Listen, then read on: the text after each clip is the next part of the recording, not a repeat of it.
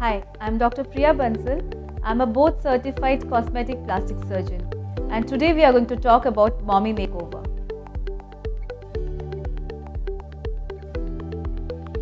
So, a mommy makeover is not just a makeover, it is a complete remodeling or a complete remake of a female who has undergone lots of changes, lots of aesthetic changes on her body because of pregnancy and breastfeeding.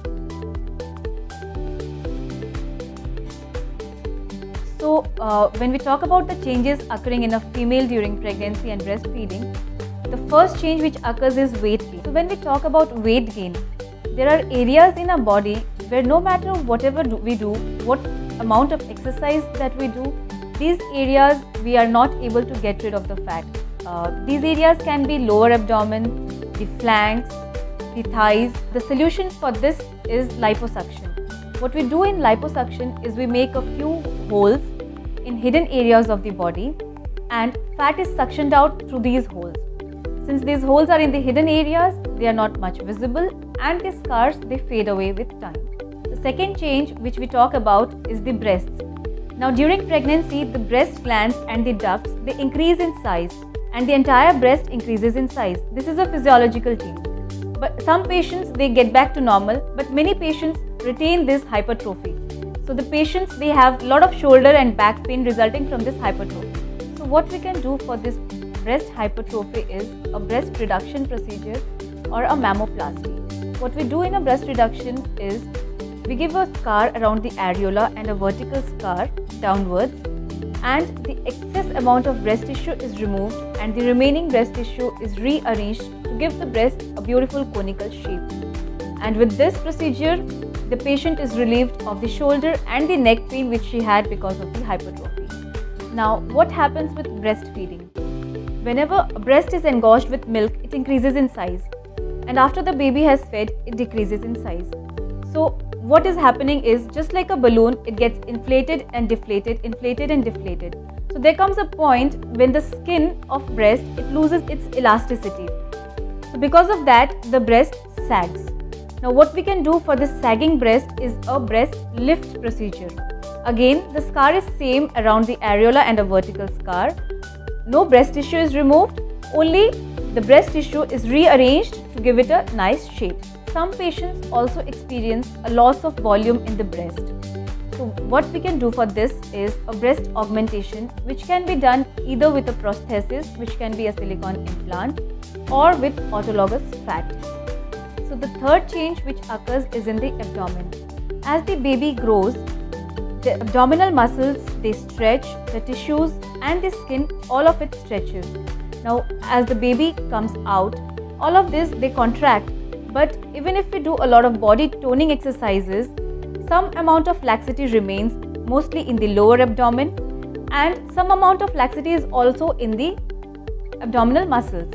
What happens because of this is the female always has a bloated appearance.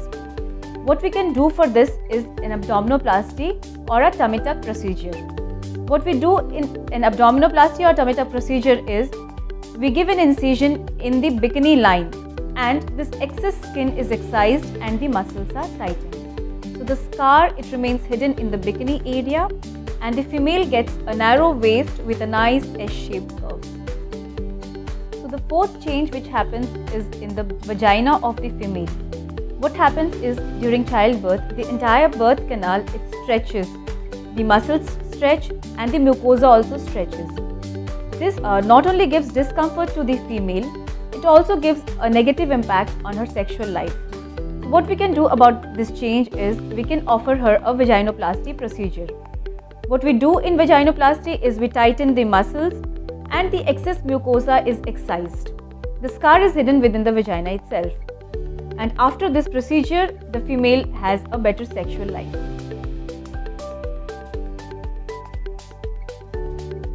So the ideal time for a mommy makeover procedure would be at least 6 months after delivery. Now why this 6 months lag? First, after delivery, it takes about 6 months for the physiology to come back to a normal state. So we shouldn't be doing things when physiology is not normal. second important point is during this first 6 months, the vascularity of the tissues is high and the hormones are imbalanced. So what happens is, if we do a procedure in between, the chances of intra-op bleeding is more, and there are high chances of having wound infections, which would lead to a bad scar wherever we touch. The third most important point, which I, being a mother, consider to be very important, is this first 6 months are very crucial for bonding between a female and her child. So doing something which is not in the physiology and doing something which would have a negative impact in a mother-child relationship is something which would be unethical.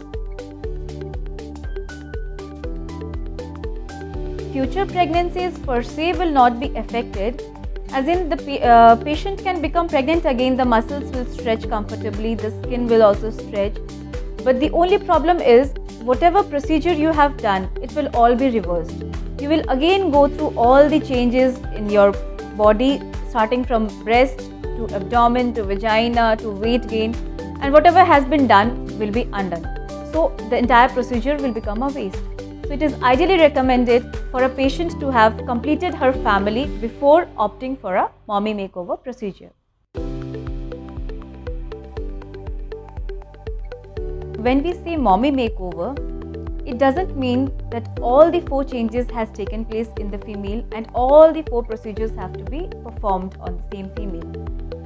This has to be customized according to the patient's expectations and needs and the surgeon's assessment.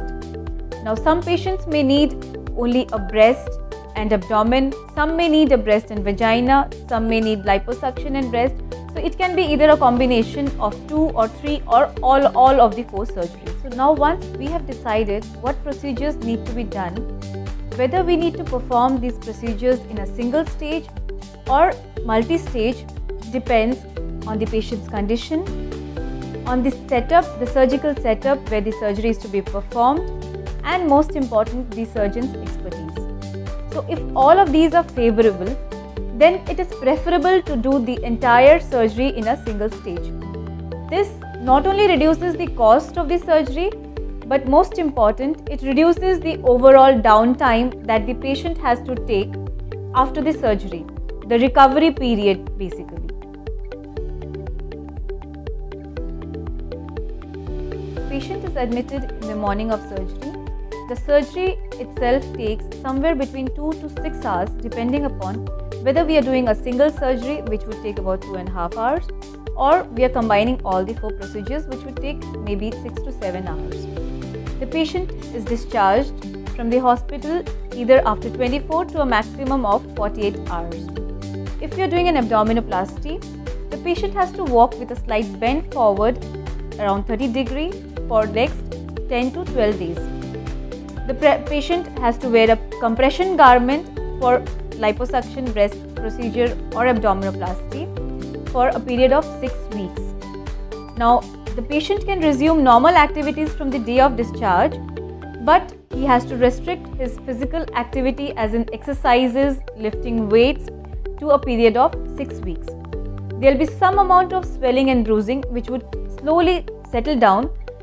In 2 weeks, most of it would be gone, but it keeps on settling for a period of 6 months to see the final result, and the result keeps on improving day by day.